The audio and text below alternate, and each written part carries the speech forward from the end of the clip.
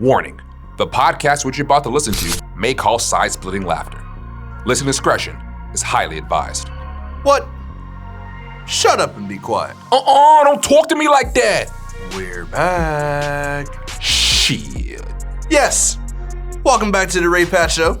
Y'all know me. I'm Ray Patt. It's your boy Captain Sully. That's right, people. Joining us today, we have good friend and fellow sports fanatic. What's your name? Kofi Addo, transplanted ATXer. Been here for 20 some odd years. Nice. Thank you for coming by, man. I've been told a time or two that you are the commissioner of your fantasy football league, and you are doing one of two things. You're either kicking ass and taking names, or you're kicking names and taking ass. Which one is it?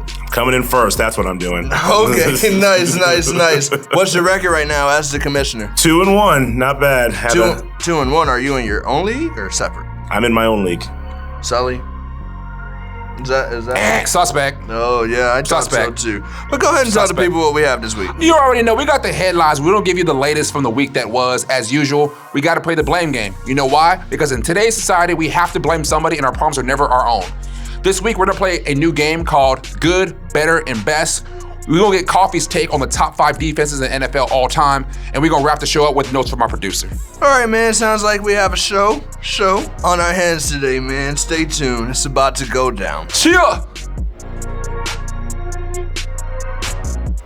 All right, people. So, at this point in the season, man, we've seen some impressive teams so far. Kofi, as our guest, I want to know in your take first, who's the most impressive?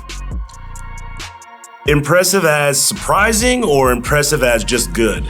Well, impressive is based off, to me, it's based off your realistic expectation level, right? So, are you meeting your expectation or surpassing your expectation? So, I guess in that regard, give me the most surprising. I'd have to say the Chiefs.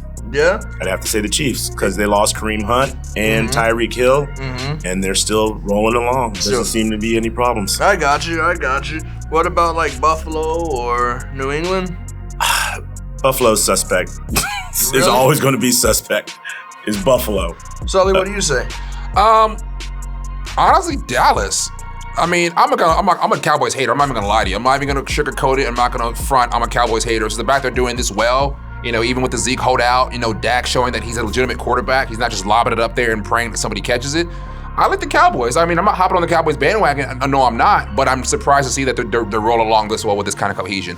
Even after Zeke spent, 6 months in Cowboy training, but, you know, they seem to be coming along nicely. Coffee, you agree with that? I do, but you know who's also surprising is the 49ers. Yeah. I'd have to say that they're a surprising team being 3-0. Yeah. Their running game's good.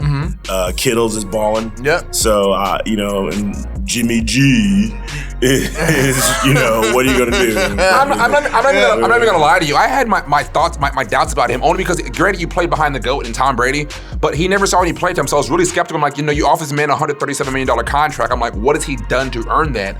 But then I see him play, I'm like, okay, like maybe he is worth every bit of the money you just paid him. So I'm interested to see how it gets, you know, the nitty-gritty, the meat and potatoes of the season, you know, week 5, week 6, week 7, and see how he really does, you know, to justify if he's really worth that you know, 9-figure contract. Yeah. And it says something that Bill Belichick did not want to let him go.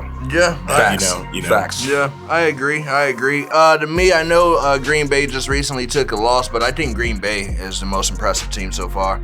I think with them finally getting the defense, you can expect Aaron Rodgers to eventually carry them out. Yeah, I mean, they just lost, but I think they finally have a defense.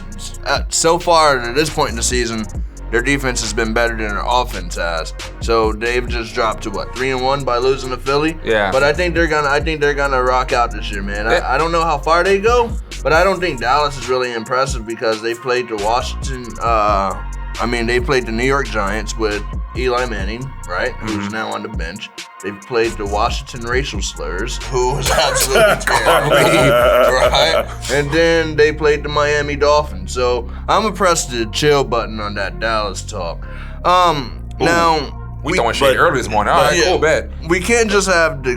Go ahead, Coffee. I'm sorry. Well, the only thing is, during the game, the one sentence I hated to hear: Aaron Rodgers is the leading rusher for the team. that's never good. Yeah. And that's what it's always been. He's always been the leading rusher. They don't have a running game. Lamar that's Jackson always, is the leading rusher for his team. well, That Lamar seems Jackson to be is good. black and fast. So if it walks like a duck and quacks like a duck, right? I mean, that's like it. It's got to be a duck. Nice. Now, we can't just have the good teams without the bad, man. Who's the most surprising bad team?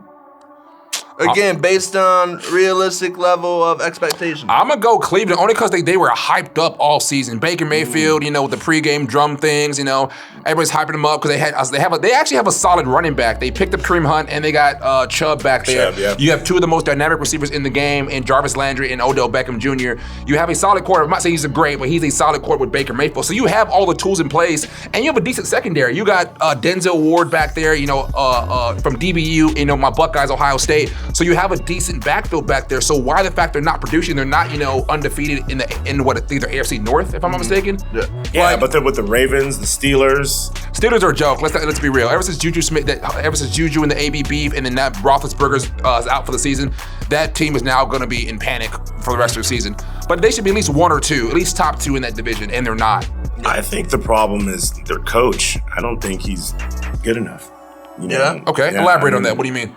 I mean, he just went straight to from offensive coordinator to head coach. Never had a head coaching job before. He doesn't seem to be able, especially with Jarvis Landry, they were trying to force the ball to OBJ the first two games. Totally forgot that Jarvis Landry existed. Yeah. I mean, that's coaching. That's not Baker Mayfield just making those plays up as he goes along. Or is that because Jarvis is your 3 to 5 yard guy, and you, with your quarterback, you need more than that when he drops back? I think he's very pedestrian myself.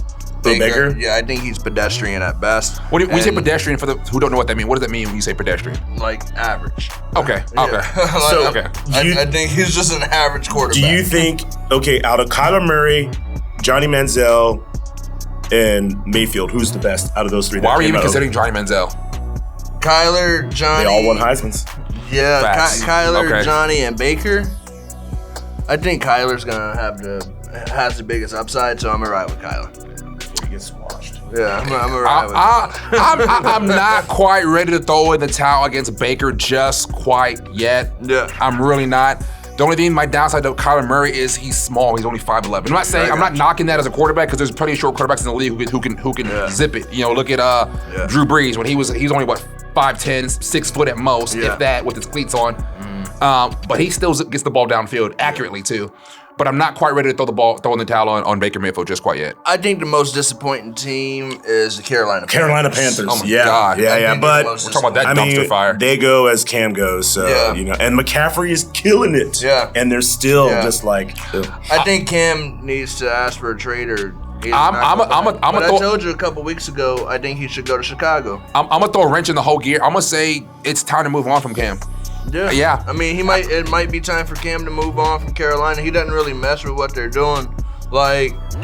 That's the Bible Belt, and they probably have a problem with how he shows up dressed and whatnot. We all have a problem with how he shows up dressed. That's a whole different topic. That's the so it might be time for him to just honestly, when Cam shows up to his post-game interviews, he reminds me of that old black lady in church who told you to be quiet because you're talking too loud. Be quiet. You in the mouth. Yeah, exactly. I'm like, who are you? Yeah, I'm like, Cam, bro, how you go from dabbing and this to showing up, like the old lady who got 27 cats at home. Someone said that he's like 21 mil against the cap next year. Yeah, so it might be time to go. Yeah, it might be time to go. Yeah. I kind of want to talk a little bit about CTE versus drug addiction. Okay. Very powerful topic right here. What's your guys' take on the Antonio Brown situation? You think that's part CTE, or do you think this is like a result of being prescribed over-the-counter medications to where it becomes an addiction, to where you start to wean yourself off? Now you have these problems, right? I know people personally that have had to take medication and it's done things to them, right? Yeah. And some things that it's done to them, they can't control. And that's just more or less physical. So if it can take control physically, imagine what it can do mentally. Do you think this is traces of that, or do you think it's over dependence on drugs and then you find yourself getting off of it and now here's the shit show? What do you think is the cause of this? I think Antonio Brown has always been a shit show. But my thing is that's not exactly a bad thing, because if you think about it, there's a lot of people who've been shit shows, but it's kind of in their personality, their demeanor. Honestly, Dennis Rodman was a shit show in my opinion, but he kind of that was just him who he was, you know. But I feel like the medication combined with the drugs and his partying and then his schematics in the NFL, it's only kind of amplified the situation, made it worse. Mm-hmm. But I feel like I said before, there's a lot of players who have just that demeanor, like they're the asshole, the bad boy demeanor. For example, JJ Redick was an asshole in college. One of my favorite players in college basketball was JJ Redick. He was an asshole, but he still played. That was part of his personality. He thrived off that. He's not out there doing drugs. He doesn't have CTEs. Doesn't have, freezing his speed off in cryotherapy. He's out there, doing his thing. But I feel like the medicine and his lifestyle really amplified things that were already present. They just kind of just brought it to the surface. It may amplify, but he's still, once again, like you said at the beginning, no one takes responsibility for their own actions. Exactly. And he's just lost it. Yeah. Mr. Big Chest, I can do, and he did. He did something revolutionary, getting out of Pittsburgh the way he did, getting to Oakland the way he did. But he just let it go to his head, thinking he could do whatever. No one's bigger than the Shield. Which the producer always tells me, no one's bigger than the Shield. Yeah. I was telling him, wasn't it amazing how clean his persona was in Pittsburgh? And isn't it just so coincidental? As soon as you start messing with people in the NFL, all these things start leaking out about you. That you're a freak. They knew that stuff. They just hid it for you. And as soon as you mess with them, they just let it go. Yeah. We'll continue that conversation later on down the road, because I wanted to get more in depth on that. I wanted to start doing some research. So Kofi, we'll love to have you back down the line on that too. We'll continue that. But stick around, people. We'll be right back with the Blame Game. Nice. This segment is brought to you by Hypocritically Acclaimed. Make sure you follow them on all social media at Hypocritically Acclaimed, as well as hypocriticallyacclaimed.com. Again, Hypocritically Acclaimed. They ain't know. Who ain't know? They ain't know he was coming through. Well, shit. Ask him. He'd tell you. Well, Sully, who's to blame? Wait, what'd you say? I said, who's to blame? Ray Patt, you gotta speak up. I can't hear you. Kofi, I need you to give him some help. I said one more time, who's to blame? First up, Pittsburgh is out to a winless start. Shocker. Blame. The whole organization's a dumpster fire. I mean, you are so quick to move on from AB. You thrust Juju Smith-Schuster into the spotlight. Then you lose your all-time leading quarterback. Who else do you have? Were you gonna put the hands in Mason Rudolph? Damn. Come on now. So it sounds like you're saying Mike Tomlin. I don't even say Mike Tomlin. I just think just everything that happened so fast that the Steelers organization had happened in the last year and a half to 2 years. It's kind of like it's a lot. Maybe had you space it out over 3 or 4 years. Okay, 1 year you lose AB, and then maybe a year and a half later you put in Juju Smith-Schuster as your number one receiver, and then maybe like 4 years later you lose Roethlisberger. It'd been okay, but you lost him literally. I was happy literally in the span of like one season. I got and you. we're only in what? We're going into week 4 of the NFL, and you're already down your quarterback? Mm-hmm.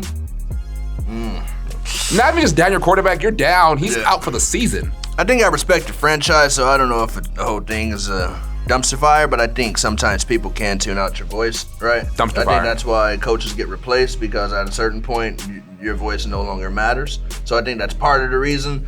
So I think maybe it does fall back on Mike Tomlin, and nothing's wrong with a change of scenery. Kofi, where do you place the blame?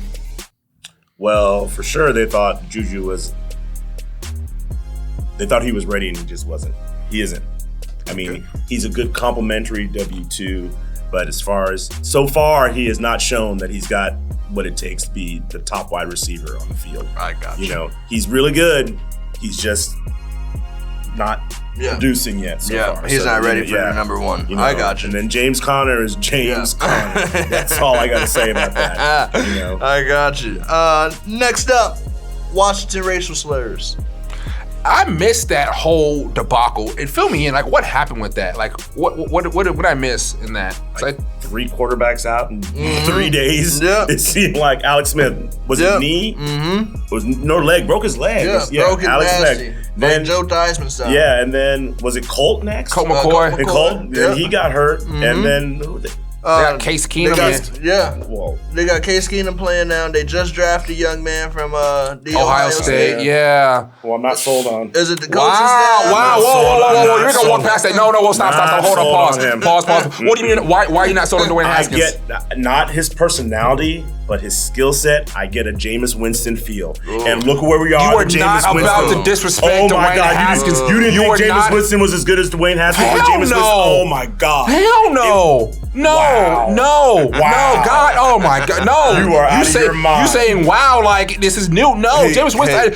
He was so hyped up when he came out. It was he won the national title, he won the Heisman, he's ready. He's over still in crab legs and acting a whole ass. Hell, no. I said not personality, skill wise. Hey, Coffee. Inside secret, he thought Jameis was better.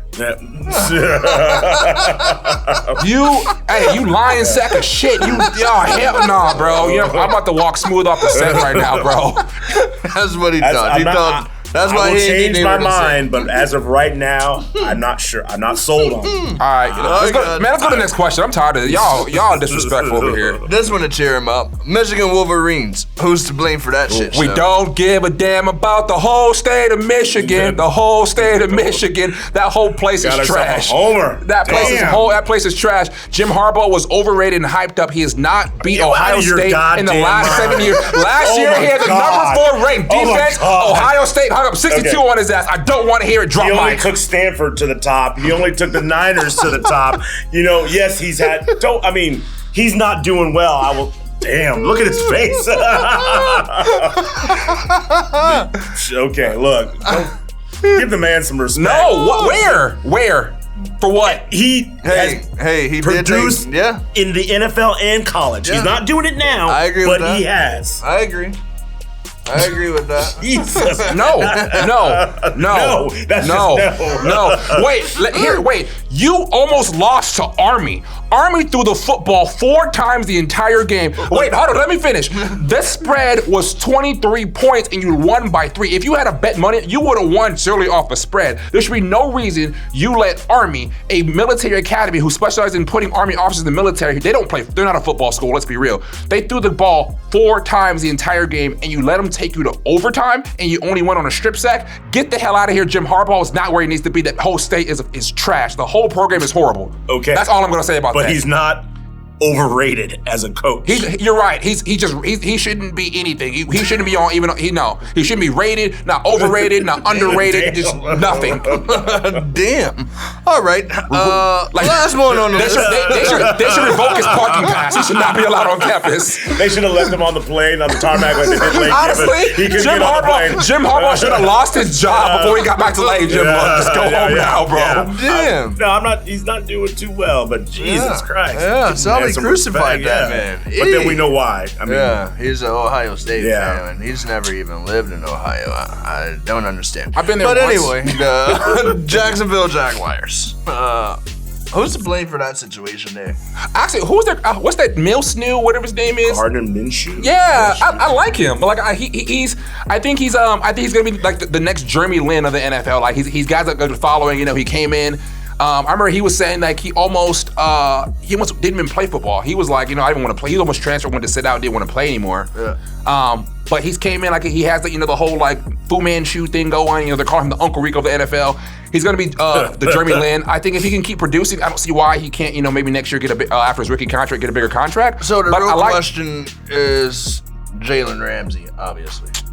What's going on? Like, who's to blame? I think he's following suit with the whole AB shit. Like, honestly, too, yeah. He saw what AB made noise. He's like, well, AB can make some noise and he can get out of a team. I can do the same thing and get out of a team. And I think that's the wrong way to go about it. I feel like, don't get me wrong, I want to give power to the players, but when you sometimes at this point, you're giving too much power to the players. And I realize this is an organization. It's a private organization. They pay you millions of dollars. You sign the contract, honor it. Don't start whining, complaining, and start following suit because somebody, literally had a temper tantrum and they got their way. No, that's not the way you go about doing things. I think Jalen is partly responsible for it. Definitely. He got some unflattering things to say, right? And then sometimes when you open your mouth, guess what happens? You get a foot stuck in it. You know what I mean? And then he didn't really have the season he thought he was gonna have last year when he went on his shit talk tour. right? And then there was more information that came out. Said he used to text his girlfriend, like the opponent's girlfriend. Yeah, bro, like, right? But honestly, I mean, Like, and Jalen Ramsey just. So when you talk like that, everybody's gonna start looking. They start paying attention. Here comes the pressure, and pressure does one of two things: makes a diamond or bursts your pipe. I think he's opened his mouth and he can't back it up. But I feel like. Wrong? But he's not the first player to do that. I mean, I feel like even the form of holdouts, or I'm holding out for a bigger contract, even that, I feel like that's kind of a form of like insubordination. Like, yes, he's been more vocal about it, but you know, Zeke going to Cabo, not going to training camp. He was training. So I'm not saying he was training, which is okay, cool, but you should be training with your team. Yeah. Melvin Gordon just ended his, like, I think a couple days ago. You know, For nothing, just lost $2 million. Yeah, you know, so Melvin Gordon ended his a couple days ago. AB did the same thing. Now Jalen's doing it. Kenny Stills did it, but he went about criticizing his owner. But I mean, I feel like there's proper ways to do things. You're an adult. If you have a problem with your coaching staff, call a team meeting. Pull them aside. Hey, coach, I don't like the way this is going, and that way it stays in house. It's not blasted all over the media. It's also a fine line because, like you said, you want to give them empowerment and allow them to be able to be vocal on, you know, where they're placed. But it's also, hey, the camaraderie. I'm here for my teammates, and you're not there for your teammates. It's like we're brothers. No, apparently not. Yeah. Because you don't want to, you don't want to stick out. You want to, leave them in the middle of the season. Yeah. And that's, and but then the owners kind of use that against them. It's like I said, it's a fine line. But I got you. We'll be right back. We're gonna play new game this week. Good, better, or best. We're gonna build a team with Kofi. Nice. We'll be right back.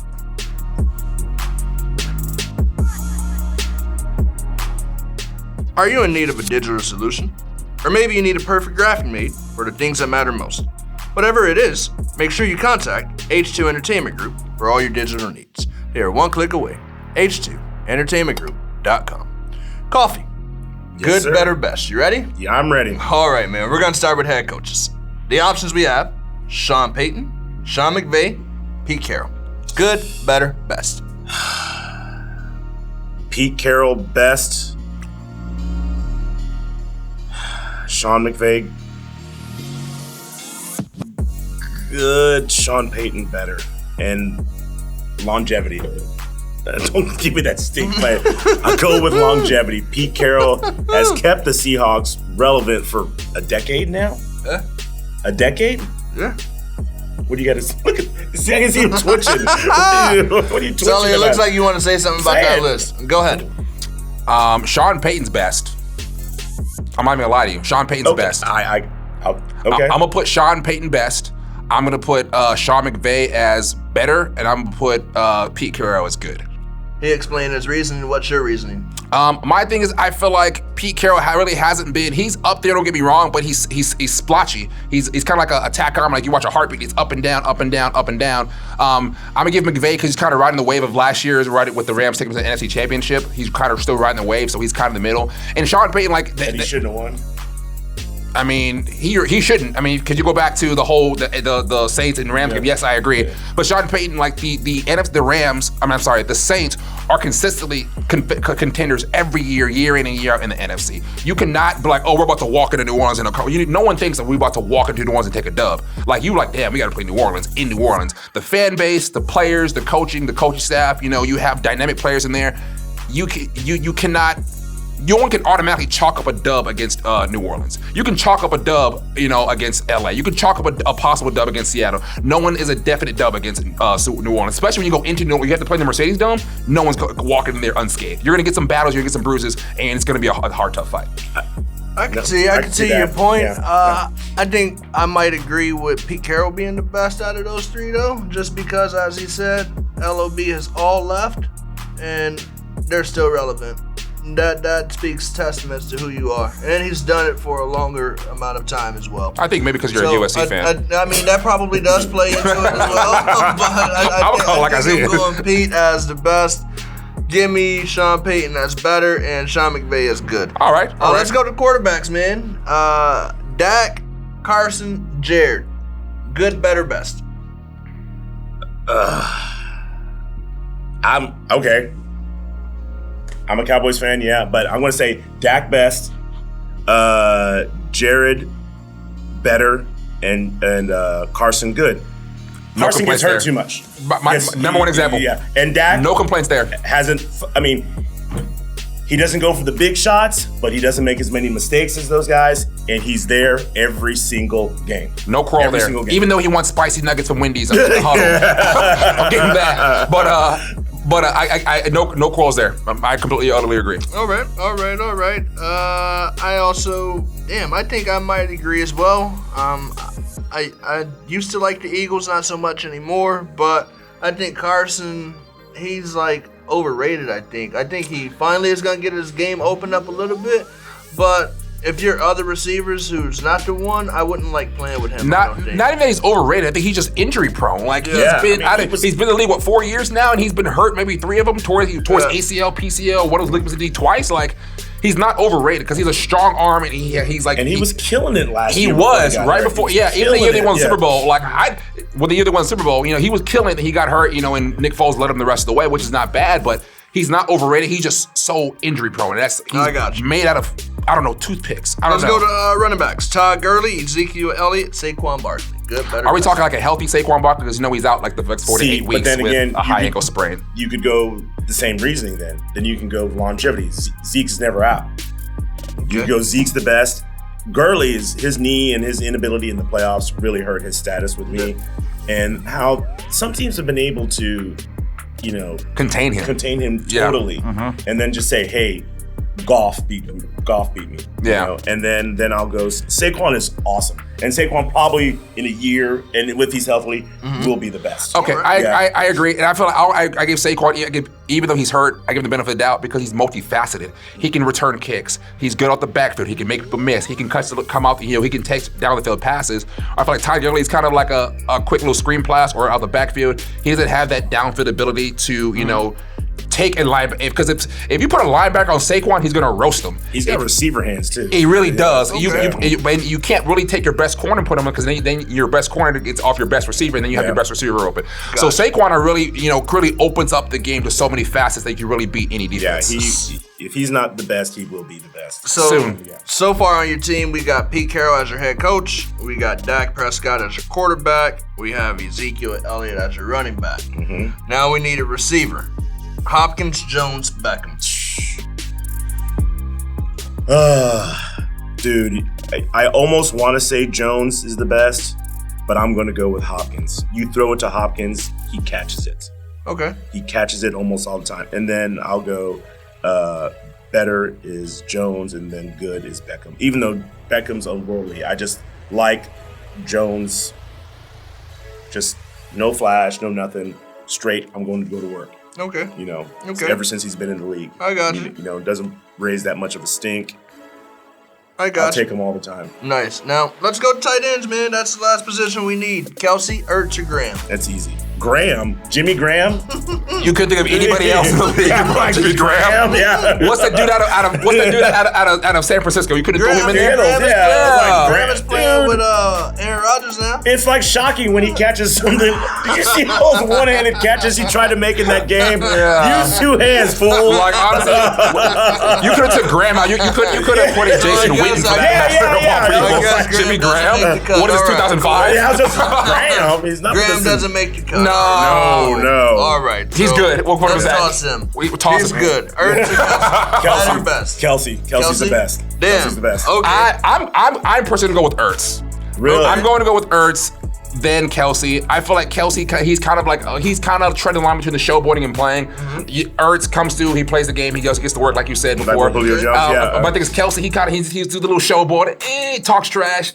Not it's a bad thing. I feel like the mental game is just as important as the physical game in football. Gotcha. But I feel like he's kind of like just a little bit kind of on the same lines as Odell. Odell's a great receiver, dynamic, awesome athlete. But if you just kind of just a little bit more, tone out a little bit more, he'd be set. But I'm gonna go Ertz, Kelsey, and then who? I don't know. Anybody. Literally anybody. But the tight end from Texas State. We'll throw him in there. I might be offended by that, man. Show him some respect. No. All right. So we have Coffee's list: Pete Carroll, Dak Prescott, Ezekiel Elliott, Hopkins, and Kelsey. That's a team right there. That's a solid team. It's a solid team.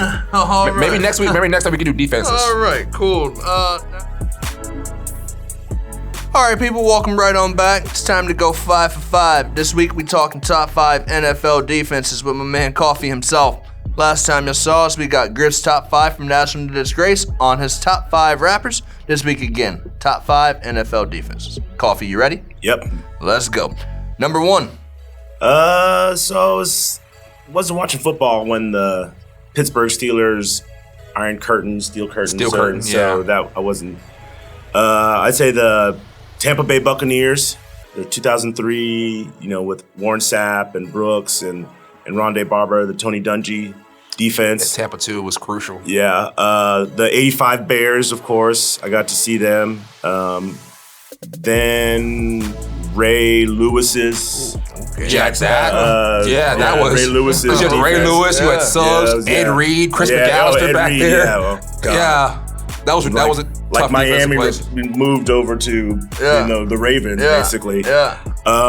Trying to think what other has New England. I think their first year they won was like with Teddy Bruschi. All along they had a pretty stout defense. Right. 4. And then I want to say there was a Packers defense probably when No. Troy Polamalu, Pittsburgh Steelers defense. That era. I'm gonna say honorable mention the Raiders defense. That's when they had Rod Woodson back there, and then they got with Charles Woodson back there. I give them an honorable mention. Number 5 with an asterisk by their name, but I think that they had an honorable mention that year. How you giving honorable mentions on something that's not your list? Any notes from the producer? All right, no notes from the producer. Sully, what you got to say, man? I'm gonna just start disrespecting me on the air, bro. That's all I'm gonna say. I'm gonna leave it at that. Kofi, where can the people find you, man? Man, I am at Summit Lounge every weekend, slinging and banging, having a good time. Good deal. This is, of course, yours truly, Ray Patt. Look for us, man. Look for Sully on the week that was. It's always Captain Sully, you put some respect on my name. Man, until the next time, man, never forget the famous words of your parents. Do as I say, and not as I do. See y'all when we see you. Cheer. Thanks for having me, guys. Thank you.